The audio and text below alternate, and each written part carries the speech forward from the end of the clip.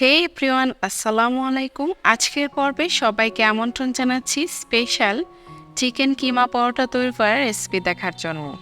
আসছে ঈদের সকালের নাস্তায় কিন্তু ঝটপট এই কিমা পরোটা বানিয়ে সবাইকে চমকে দিতে পারেন।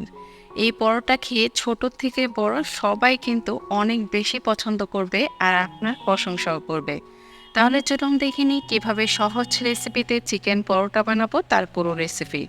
পরোটা তৈরি করার জন্য প্রথমে আমি ডোটা বানিয়ে নিচ্ছি। তার জন্য একটা মিক্সিং বলে 2 কাপ পরিমাণ নিয়ে নিচ্ছি ময়দা, তবে ময়দার পরিবর্তে আটাও নিতে পারেন। এখন দিয়ে দিচ্ছি 1 চা চামচ পরিমাণ লবণ, আর দিয়ে দিচ্ছি 2 টেবিল চামচ পরিমাণ রেগুলার রান্নার তেল। এখন হাত দিয়ে লবণ আর তেলটা ময়দার সাথে খুব ভালোভাবে মিশিয়ে নিচ্ছি। এই পর্যায়ে আমি এর মধ্যে হালকা কুসুম গরম পানি দিয়ে পরোটার জন্য পারফেক্ট আর স্মুথ একটা ডো বানিয়ে নিচ্ছি। পানিটা একবারে দিতে যাবেন না, এতে পরোটার ডোটা নরম হয়ে যেতে পারে। অল্প অল্প করে পানি দিতে হবে আর পরোটার ডোটা বানিয়ে নিতে হবে। আর পরোটা তৈরি করার সময় হালকা কুসুম গরম পানি দিলে কিন্তু এই পরোটার ডোটা অনেকটা সফট হয়।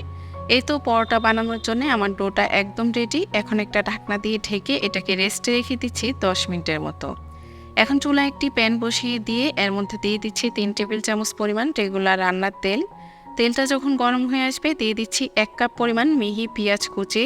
নেড়েচেড়ে তেলের সাথে পেঁয়াজটা মিক্সড করে নেওয়ার পর এটাকে 3 থেকে 4 মিনিট ভেজে নিয়েছি, এতে পেঁয়াজটা অনেকটা সফট হয়ে আসবে। এখন দিয়ে দিচ্ছি 1 কাপ পরিমাণ চিকেন কিমা, তবে আপনারা চাইলে বিফ কিমা দিয়েও কিন্তু একই পদ্ধতিতে এই পরোটাটা বানিয়ে নিতে পারেন। এখন পেঁয়াজের সাথে নেড়েচেড়ে চিকেন কিমাটা মিক্সড করে দেওয়ার পর আমি এর মধ্যে দিয়ে দিচ্ছি 1 চা চামচ পরিমাণ আদা বাটা আর 1 চা চামচ পরিমাণ দিয়ে দিচ্ছি রসুন বাটা। স্বাদ মতো দিয়ে দিচ্ছি লবণ। এখন নেড়ে চেড়ে আদা রসুন বাটাটা পেঁয়াজের সাথে মিক্সড করে দিচ্ছি আর 2 মিনিটের মতো আদা রসুন বাটাটা এভাবে ভেজে নিব, এতে আদা রসুনের যে কাঁচা একটা স্মেল আছে সেটা থাকবে না। 2 মিনিট পর জালটা একদম কমিয়ে দিচ্ছি।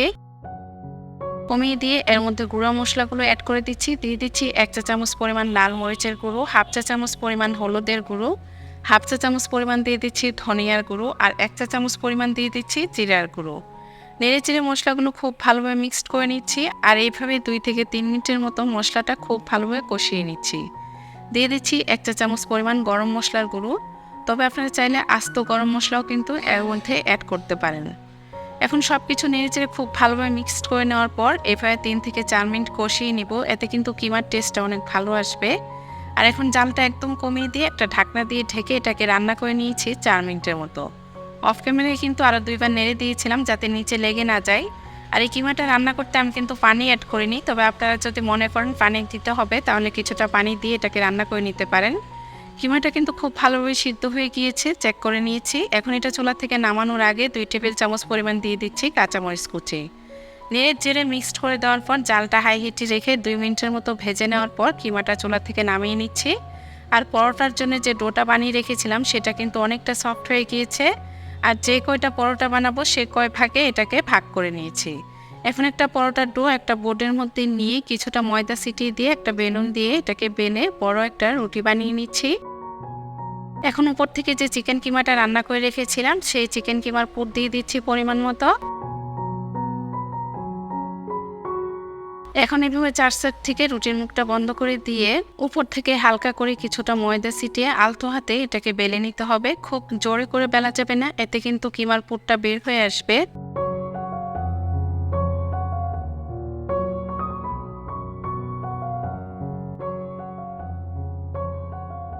এই তো পরোটাটা বেলে নেওয়া হয়ে গিয়েছে। এই পর্যায়ে আমি পরোটাটাকে সেঁকে নিচ্ছি। চুলায় একটি প্যান বসিয়ে দিয়ে যখন প্যানটা খুব ভালোভাবে গরম হয়ে আসবে এই পর্যায়ে এর মধ্যে পরোটাটা দিয়ে প্রথমে 2 মিনিট আমি রুটি যেভাবে সেঁকি সেভাবে সেঁকে নিচ্ছি, এতে কিন্তু ভিতরে কাঁচা থাকবে না। যখনই 2টা পাশ এরকম সাদা হয়ে আসবে তখন এর উপর দিয়ে দিচ্ছি 2 টেবিল চামচ পরিমাণ রেগুলার রান্নার তেল। এখন তেলটা দিয়ে উল্টে পাল্টে লালচে করে পরোটাটাকে ভেজে নিচ্ছি। আর এভাবে চেপে চেপে পরোটাটাকে ভেজে নিতে হবে। আর জালটা একদম বাড়িয়ে দিবেন না, এতে ভিতরে কাঁচা থেকে যাবে আর উপরে খুব দ্রুতই কালার চলে আসবে, তখন কিন্তু পরোটাটা খেতে ভালো লাগবে না। আর আস্তে করে জাল দিয়ে এভাবে উল্টে পাল্টে লালচে করে পরোটাটা ভাজলে উপরেও কিন্তু পরোটাটা অনেক বেশি ক্রিস্পি হয় আর ভিতরেও খুব ভালোভাবে কুক হয়। এই তো পরোটাটা ভেজে নেওয়া হয়ে গিয়েছে, আর এই একইভাবে কিন্তু বাকি দুইটা পরোটাও ভেজে নেব। এখন এই পরোটাটা প্যানের থেকে নামিয়ে নিচ্ছি আর পরিবেশন করে দেখিয়ে দিচ্ছি চিকেন কিমা পরোটাটা দেখতে কেমন হয়েছে। পরোটাগুলো দেখতে যেমন লোভনীয় লাগছে, খেতেও কিন্তু ভীষণ মজার হয়েছিল। ঝটপট খুব সহজেই এই ঈদে কিন্তু স্পেশাল এই চিকেন কিমা পরোটাটা ট্রাই করতে পারেন। ছোট থেকে বড় সবাই খেয়ে অনেক বেশি পছন্দ করবে। সহজ রেসিপিতে আজকের এই চিকেন কিমা পরোটা তৈরি করার রেসিপি কেমন লাগলো অবশ্যই কমেন্টস করে জানাবেন। ভালো লাগলে প্লিজ একটা লাইক দিয়ে আমার চ্যানেলটা সাবস্ক্রাইব করে রাখবেন। সবাই ভালো থাকবেন, সুস্থ থাকবেন। আজকে এখানে বিদায় নিচ্ছি। আল্লাহ হাফেজ।